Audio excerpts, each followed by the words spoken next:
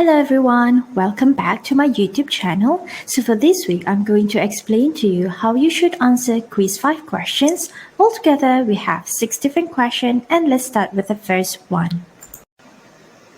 Question number 1. Determine the E node for the following balanced reaction, given that the half reaction and the standard reduction potential are as follows.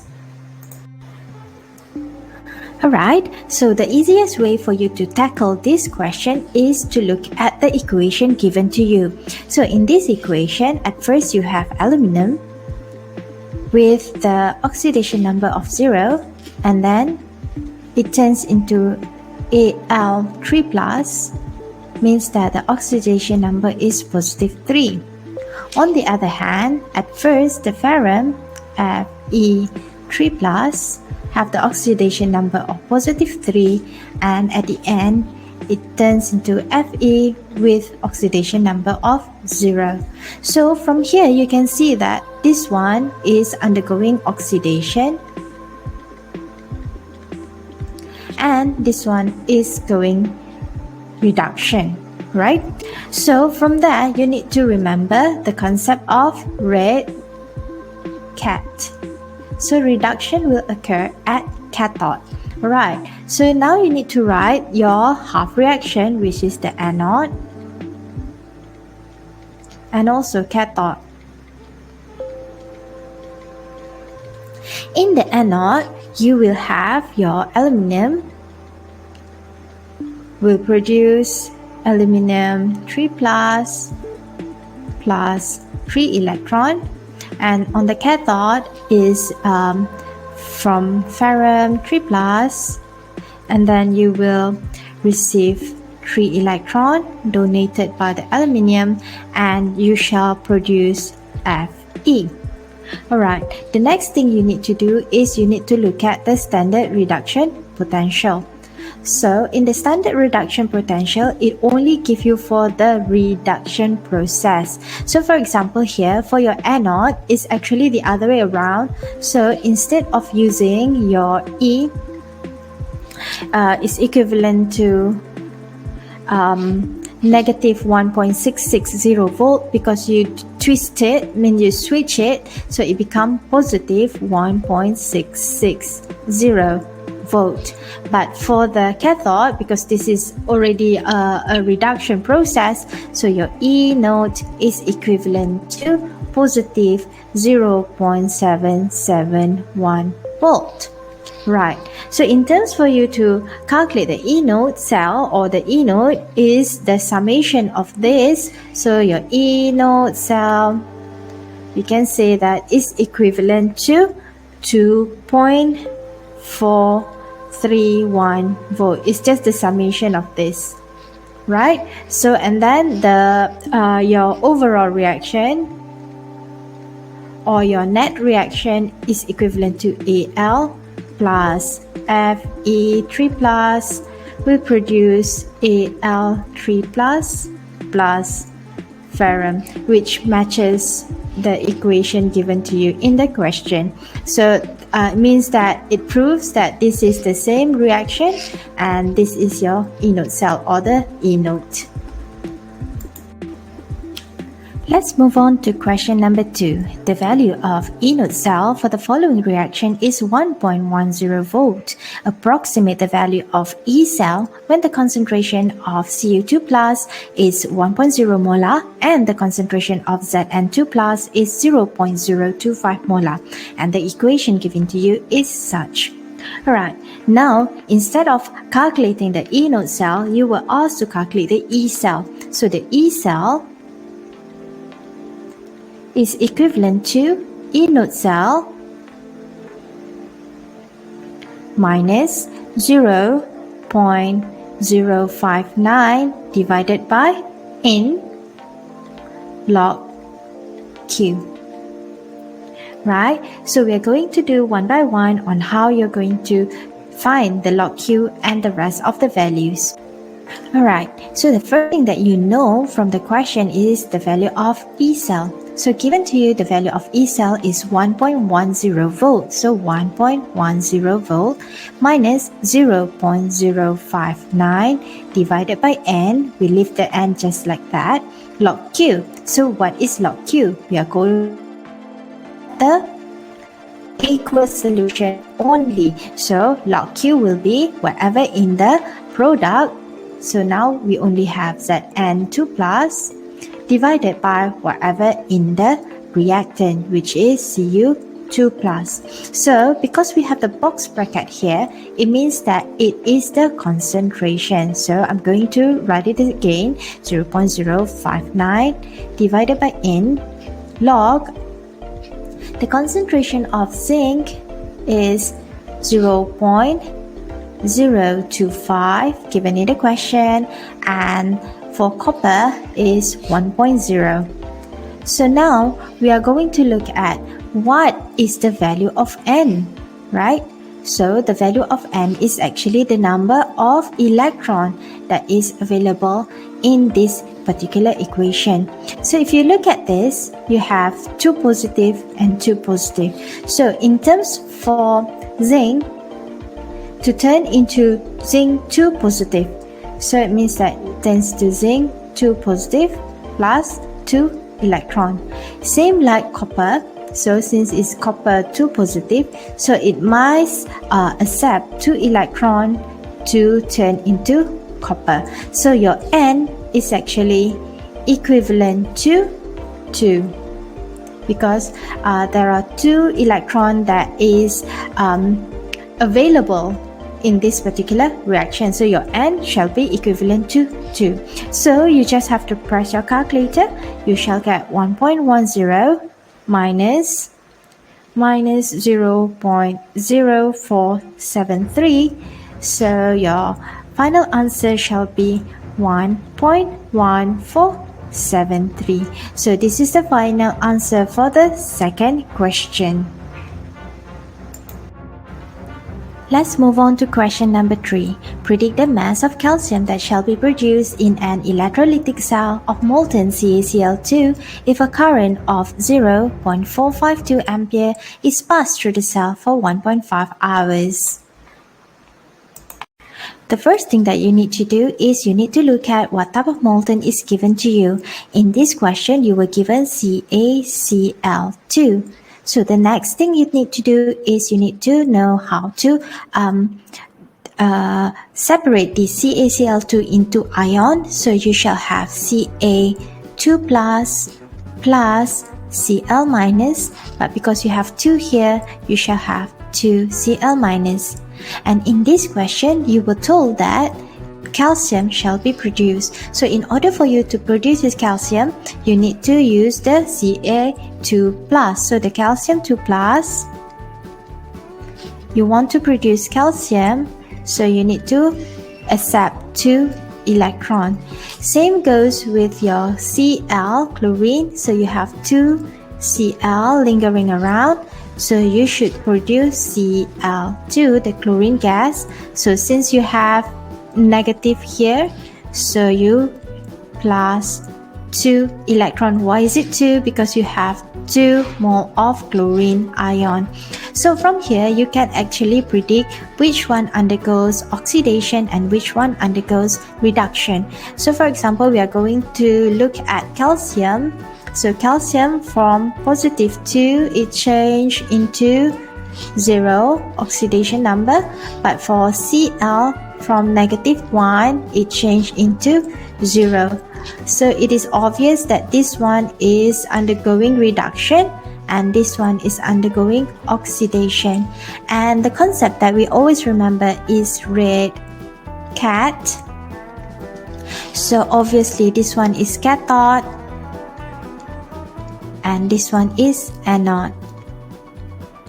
Alright, that is the first step that you need to look at. So what else do you need to do? Next is you need to calculate the Q. Q is equivalent to IT, right? What is I? I is the current. Given in the question is 0.452 0.452 ampere, and the time is 1.5 hours. So please be careful that your time must always be in second. So 1.5 hours turns into minute, turns into second. So means that it's equivalent to 0.452 times 5400.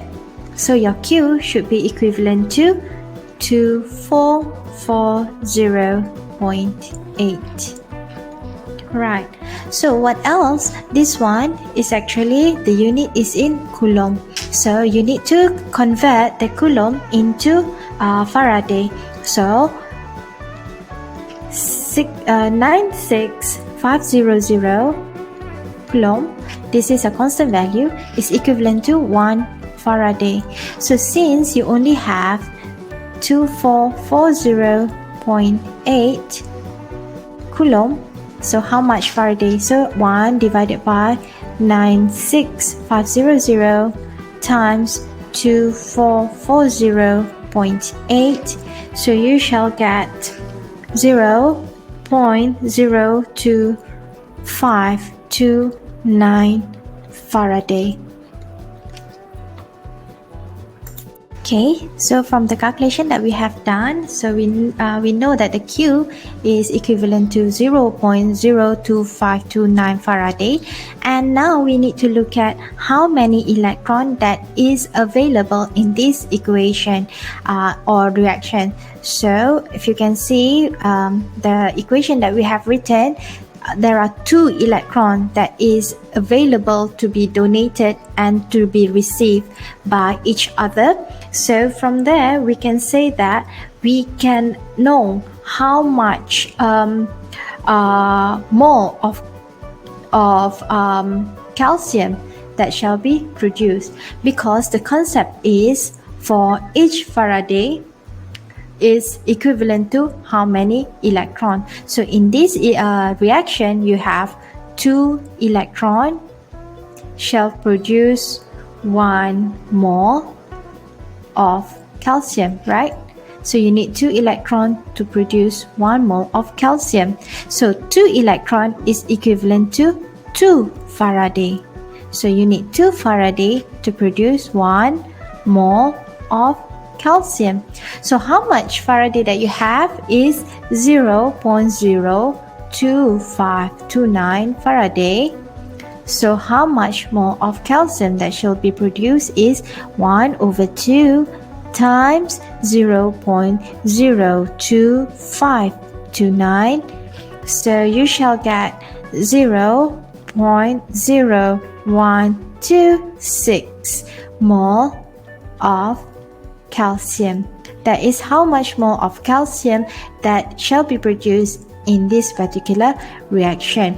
But in the question, you were asked to calculate the mass, not the number of mole. So from here, we need to calculate the mass. Right, from the previous calculation that we have done, we know that 0.0126 mole of calcium is being produced. So since you were asked to calculate the mass, so you can find the mass by using the formula number of mole is equivalent to mass over RMM. So the mass is the one that we want to calculate. So the number of mole is 0.0126 mole, equivalent to the mass over RMM. So the RMM for calcium is actually 40.08. Hence, you can find the mass is equivalent to 0.0126 times 40.08. Therefore, the mass is actually equivalent to 0.5050 gram. So this is the final answer for the third question. Moving on to question number 4. 665 milliliter of 0.875 molar aqueous aniline solution are boiled gently to reduce the volume to 0.401 liter. The solution was then left to dissociate, and the Kb of this solution was found to be 3.9 times 10 to the power of negative 10. Estimate the pH of aniline at equilibrium. The first step in answering this question is that you need to look at what happened at the beginning of the reaction. So in the beginning of the reaction, you will have 665 milliliter of 0.875 molar aqueous aniline solution. But then this solution are being reduced to a volume of 0.401 liter. So it means that when the volume is being reduced, the concentration will change as well. So what you can do is you can use the formula M1V1 equivalent to M2V2. So the initial concentration of the aniline solution is 0.875 molar with a volume of 665 milliliter. Therefore, you need to change to liter divided by 1000 is equivalent to the molarity is the molarity that you want to know, and the volume is 0.401 liter.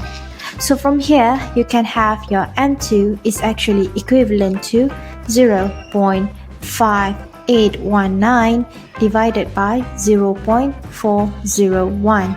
Hence, you shall get your M2 is equivalent to 1.4511 molar. So this is the first step for this question. So up next, you need to look at the aniline solution itself, and we need to do the dissociation of the aniline solution. So you have aniline C2H5 and H2, and then it states it here it is an aqueous solution, so plus H2O, therefore it will dissociate to C2H5 and H3 plus OH minus. So from here, then only you can write your ICE diagram, so ICE. So initially, we have calculated the concentration of the aniline. Initial concentration of aniline is actually 1.4511, and H2O does not play a role in your ICE diagram, and then there's no dissociation at the beginning of the reaction. So in change, it shall change the concentration of the aniline, and it shall produce the product, so plus X and plus X. Therefore, at equilibrium, it should be 1.4511 minus X, and then X and X. So from here, we can know the Kb is actually equivalent to whatever in the product, which is OH minus times C2H5 and H3 plus divided by the concentration of C2H5 and H2, whereby the value for Kb is there in the question, which is equivalent to 3.9 times 10 to the power of negative 10. So we can plug in the value here. So 3.9 times 10 to the power of negative 10 is actually equivalent to X times X divided by 1.4511 minus X. Or we can also say that 3.9 times 10 to the power of negative 10 is equivalent to X squared divided by 1.4511 divided by X. So up next is what we need to do is we need to calculate the value of X. Right? So the first thing that we need to do is we are going to use the approximation method, whereby we are going to omit this value of X. So what we can do is it is equivalent to 3.9 times 10 to the power of negative 10 is actually equivalent to X squared divided by 1.4511. Therefore, we can get the value of x squared is actually equivalent to 3.9 times 10 to the power of negative 10 times 1.4511. So you shall get your x squared equivalent to 5.6593 times 10 to the power of negative 10. So what you want to do is you want to make a square root of this. So the square root of 5.6593 times 10 to the power of negative 10 is your x, which you shall get 2.3789 times 10 to the power of negative 5. So initially just now, when we get the value of the value of x equivalent to 2.3789 times 10 to the power of negative 5, we are using the approximation method. So we need to see the validity of this value. So we need to do the test. So test is equivalent to the value of x that you get 2.3789 times 10 to the power of negative 5 divided by the initial concentration, which is 1.4511 times 100. So here you get is equivalent to 1.6393 times 10 to the power of negative 3. So means that this is less than 5%. So we can say that this value of x is approved. So we can just use this value of x. Alright, since the test value is less than 5%, so it means that we can use this value of x. So if you look closely at the question, you were asked to calculate the pH of aniline. So in order for you to calculate the pH, you need to know the concentration of H+. But in this reaction, we only have the concentration of OH-, which is equivalent to the value of X, which is this one. Therefore, prior to calculating the pH of aniline, we need to calculate the pOH beforehand. So pOH is equivalent to negative log OH-, where the concentration of OH- is the value that we calculated just now, which is the value of X, which is equivalent to 2.3789 times 10 to the power of negative 5. So from here, you shall get the pOH is equivalent to 4.6236. Right? So from the theory, pH plus pOH is equivalent to 14. So from here, what we can do is to calculate the pH is equivalent to 14 divided by your pOH. So the value of the pOH is the one that we have calculated, which is 4.6236. Therefore, you will get the pH of this aniline is equivalent to 9.3764. So to check whether your calculation is correct or not, so aniline, we know that it's a base. So the pH of base must be bigger than 7. So this is the final answer for this question. Question number 5. The Ka of the chlorous acid is 0.010. Determine the pH of a 0.1 molar chlorous acid aqueous solution at equilibrium. So the first step in order for you to answer this question is to write a balanced equation of the chlorous acid dissociation. So it is an aqueous solution as well. So it means that the chlorous acid, HClO2, plus water shall produce ClO2 minus plus H3O plus. From here, we can write the ice diagram. So initially, given to you that the initial concentration is 0.1, whereby water does not play a role in your ice diagram and there's no dissociation in the beginning of the reaction. At change, it must be minus X and positive X. Therefore, at equilibrium, it should be 0.1 minus X, X, and X.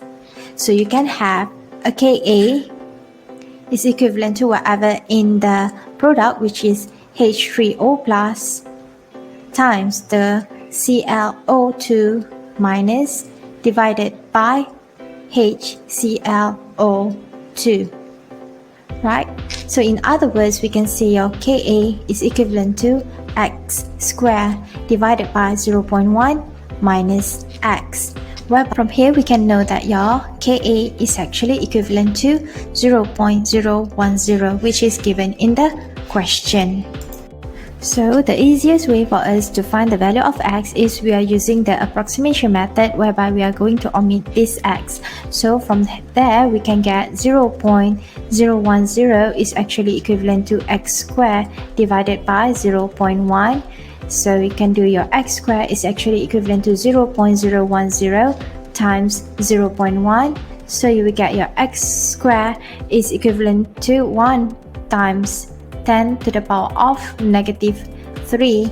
So in order for you to find your x is the square root of this value. So you get your x equivalent to 0.0316.